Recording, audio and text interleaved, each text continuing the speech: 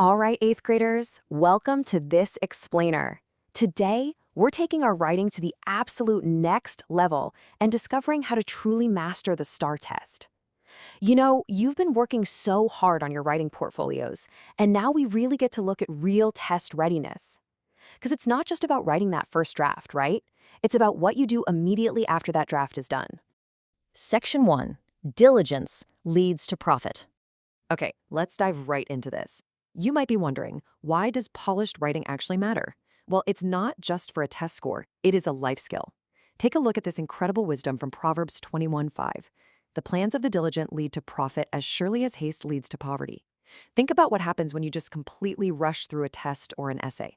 That haste leads to careless errors, missed opportunities, and quite frankly, a much lower score. It literally hurts us. But careful planning, really taking the time to polish your work, that is the diligence that brings true success or profit.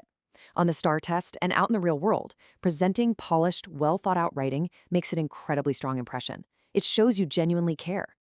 Moving right along to Section 2, revising and editing, the big picture and small details.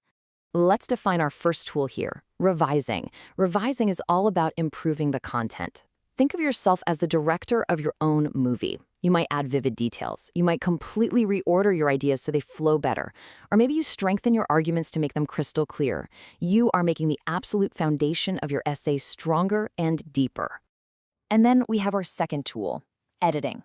Editing is all about fixing grammar, punctuation, and spelling errors. So if revising is building the house, editing gives it that fresh coat of paint and fixes the broken windows. It's the essential final step to make your work correct. It basically proves to your reader that you care about the quality of what you're saying. And guys, both are absolutely necessary to present your best work. And this brilliantly illustrates the contrast between the two. Think of it like looking through two different lenses. Through one lens, you're revising the broad concepts, the big picture, the clarity, organization, depth. Through the other lens, you're editing the tiny details, small things like commas, verb tense, and spelling.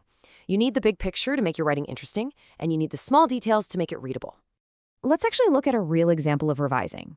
We have our original draft. She was sad. I mean, boring, right? It tells us what's happening, but it doesn't make us feel anything at all. Now look at this brilliant revision. Her shoulders slumped as tears rolled down her cheeks. Wow. Do you see the difference there? You don't just know she's sad, you can actually picture it. Revising transforms basic, dull ideas into incredibly vivid pictures for your reader. Now let's look at a quick example of editing. We start with THEIR going to the park. If you read it out loud, it sounds completely fine. But visually, it's the wrong there. It's a classic homophone error. Then we edit it to THY''RE. They are going to the park. It's a really simple, tiny fix, but catching these small grammatical mistakes absolutely saves your STAAR score from taking an unnecessary hit. All right, Section 3, Strategies for STAAR Success. Okay, here are your 3 actionable steps. This is your battle plan for test day. Step 1, read your writing out loud. Even if you just have to whisper it under your breath during the test, do it. Your ears are going to catch awkward wording or missing words that your eyes will naturally just skip right over. Step 2, use the STAAR writing rubrics as your guide.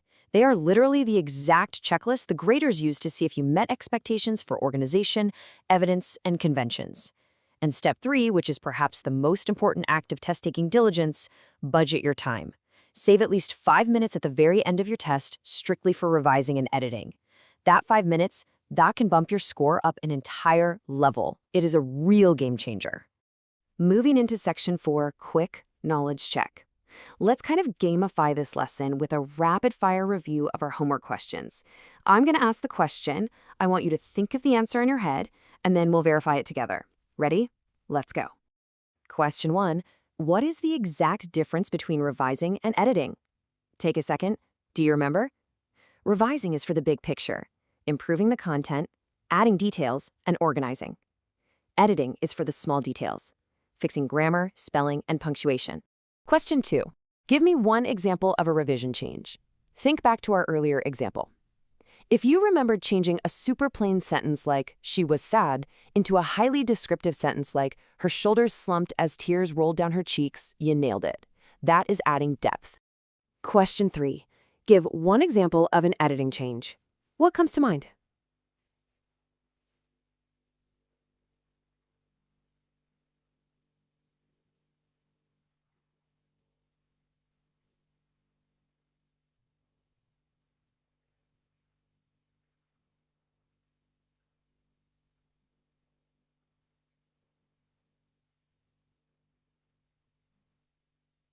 Yep, you got it.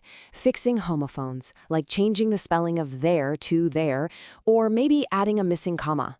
It's all about correcting specific rules. Question 4. Why is reading your work aloud helpful?